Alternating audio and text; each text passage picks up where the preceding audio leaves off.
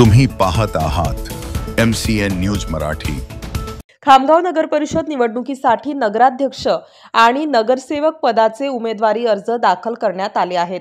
अंतिम दिवशी अर्थात 17 नोव्हेंबर रोजी मोठ्या संख्येने अर्ज दाखल झाल्यामुळे निवडणुकीच्या रिंगणातील चुरस आता शिगेला पोहोचली आहे।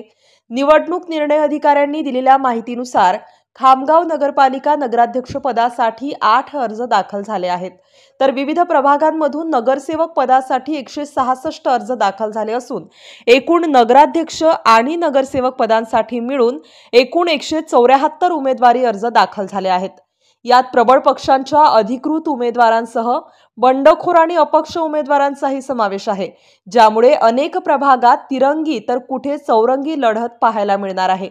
अनेक इच्छुकांनी अर्ज भरण्याच्या शेवटच्या क्षणापर्यंत तिकीट मिळण्याची वाट पाहिली, मात्र ज्यांना त्यांच्या मूळ पक्षाकडून उमेदवारी मिळाली नाही त्यांनी त्वरित पक्षाची अदलाबदल करत दुसऱ्या पक्षात प्रवेश करून किंवा अपक्ष म्हणून आपला अर्ज दाखल केलाय। यामुळे निवडणुकीच्या रिंगणातील राजकीय समीकरणे बदलली असून अनेक दिग्गज नेत्यांना आता आपल्याच जुन्या सहकाऱ्यांशी संघर्ष करावा लागणार आहे। आज रोजी 4 अर्जावर हरकती घेण्यात आल्या होत्या, त्यातील 2 अर्ज बाद करण्यात आले आहेत। उमेदवारी अर्ज मागे घेण्यासाठी 19 नोव्हेंबर पासून 21 नोव्हेंबर दुपारी 3 वाजेपर्यंत मुदत देण्यात आली आहे। अर्ज माघारी नंतरच खऱ्या अर्थाने लढती निश्चित होतील आणि प्रचाराचा धुरळा उडणार आहे।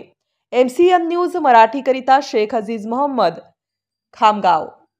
नगरपालिका निवडणूक 2025 यामध्ये नगराध्यक्ष पदाकरिता एकूण 14 अर्ज आले होते।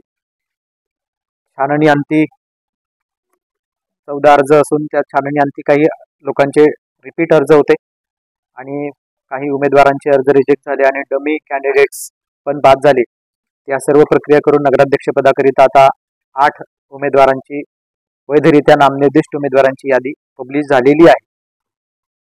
तसंच सदस्य पदाकरिता 166 उमेदवार वैधरित्या नामनिर्दिष्ट झालेले असून प्रभागनिहाय त्यांची यादी सुद्धा जाहीर झालेली आहे।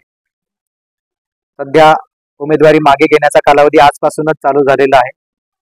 रोज कार्यालयीन वेळेमध्ये ही माघारी घेण्याची प्रक्रिया जेथे ज्या प्रभागामध्ये अपील आहे तेथे 21 तारखेपर्यंतच माघारी घेण्यासाठीचा कालावधी आहे, परंतु ज्या प्रभागामध्ये अपील झालेली असेल त्या प्रभागामध्ये मात्र 25 तारखेला दुपारी 3 वाजेपर्यंत माघारी घेण्याची तरतूद आहे।